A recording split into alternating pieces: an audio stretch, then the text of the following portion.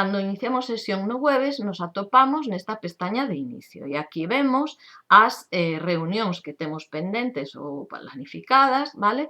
Estes dous botóns que me permiten planificar unha nova reunión ou iniciar unha nova reunión, vale?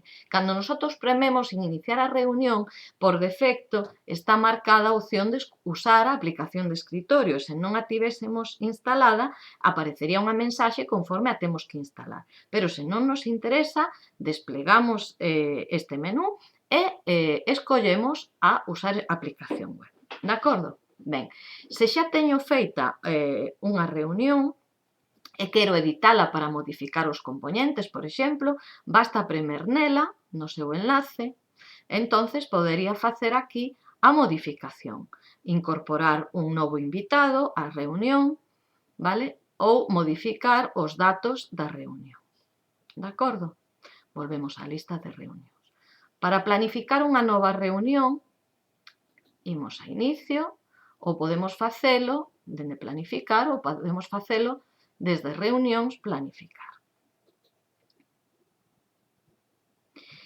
Se guardamos algunha reunión como plantilla, que é o que fixen eu no meu caso, creei unha plantilla para as reunións do curso, porque así se escollo a plantilla xa teño os datos incorporados, incluídos todos os correos das persoas que van a participar na reunión e non tería que volver a engadir un a un. De acordo? Pero no meu caso vou a crear unha reunión coa plantilla predeterminada de Webex, que lle vou chamar proba 4. E vou poñer un contrasinal sinxeliño porque é unha, digamos, reunión de proba. A duración vou a facer dentro de 5 minutos, vale? E non vai durar unha hora, senón apenas 15 minutos. Dou por terminado.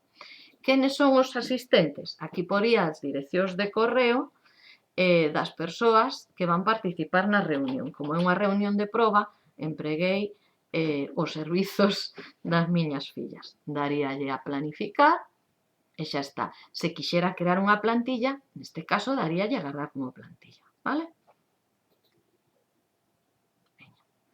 Planificar. E xa teño os datos da reunión e os participantes. E daríalle a iniciar a reunión. Podo iniciala antes da data prevista, non habería problema. Iniciada a reunión, por favor. Ben, unha vez aquí, temos varias opcións interesantes que non aparecen no vídeo explicativo da Xunta. Por exemplo, os datos da reunión aparecen neste icono de aquí da esquerda. Se desplego, se pincho sobre el, aparecen os datos. Fixadevos que este non é a clave da reunión, senón a clave do organizador. De acordo?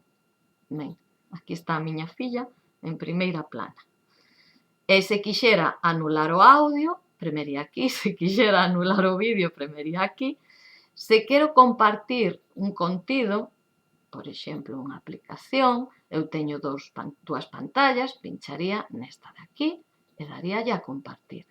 A partir deste momento, vosotros non vedes a miña cara en grande, que sobra, senón a pantalla que veño de seleccionar.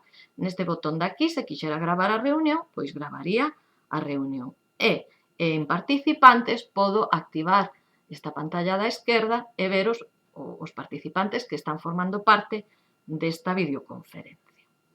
Ben, nesta pantalla temos a posibilidade de enviar unha mensaxe privada a este participante. Vexo que ten o audio desconectado. Neste caso é porque como estamos todas moi cerca, senón oiríase un vibrato, vale? E tamén podo pasarlles a función de organizador ou de presentador, ou expulsalos se non se portan ben.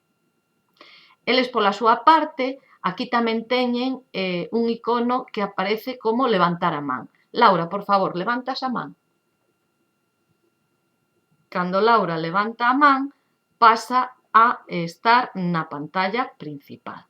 De acordo? Neste caso vemos a Cristina, pero levantaches? Sí. Pois nada, pois non cambia, pero tería que ter cambiado. Aquí aparece que, bueno, tamén nestas ferramentas aparece para mandar as mensaxes privadas. De acordo? Ben, que outra cousa podemos comentar Se queremos mandar unha mensaxe privada, aquí ou aquí, pero se queremos mandar unha mensaxe a todos os participantes, podemos premer no chat, hola, a todas. Enter, e aí aparece. Estas mensaxes no chat as verían todos os participantes da reunión. Ben, aquí temos máis opcións que se explican no vídeo da Xunta. De acordo? Ben, Cristina xa respondeu. E Laura tamén. E aquí damos por rematada a reunión coas miñas fillas. Pero seguimos explicando outras cousas do Webex. Finalizar a reunión. Ben, as miñas fillas teñen que seguir caladiñas para non salir na grabación. E como vedes aquí agora, na pantalla de inicio, aparece a reunión que veño de celebrar. De acordo? En reunións tamén as teño aí. Se quixera ver as reunións anteriores, premería aquí, aparecerían todas as probas que fixen. En grabacións aparecen as que veño de gravar. Se quixera compartir con alguén, tería que premer aquí, poría as direccións de correo e daríalle a agardar. Vale? Podemos editar, pero editar só edita o nome da proba, pouco máis, 4 datos. E podo poñer unha descripción. E podo descargar a reunión gravada nesta ferramenta de aquí, premendo aquí. De acordo? Se selecciono a proba, tamén me permite eliminala. Vale? Para os que non fixechedes a asistencia ás reunións, podedes rematar a tarefa 2, gravando unha reunión, como veño de dicir aquí, e logo descargándoa e subindo a tarefa de Moodle. Ben? E aquí rematamos coas explicacións interesantes que non viñan no vídeo da Xunta. De acordo? Aquí para copiar os meus datos da sala e enviarlos a alguén por correo. Do mesmo xeito, se entramos nunha reunión, que eso esquecín dicilo antes, podemos copiar os datos desta reunión, que aparecerían estes datos de aquí, e logo pegalos, pois, o que fixen eu no foro de presentación do curso. De acordo? E agora sí que xa rematei estas pequenas explicacións. Ben, ánimo e adiante coa proba.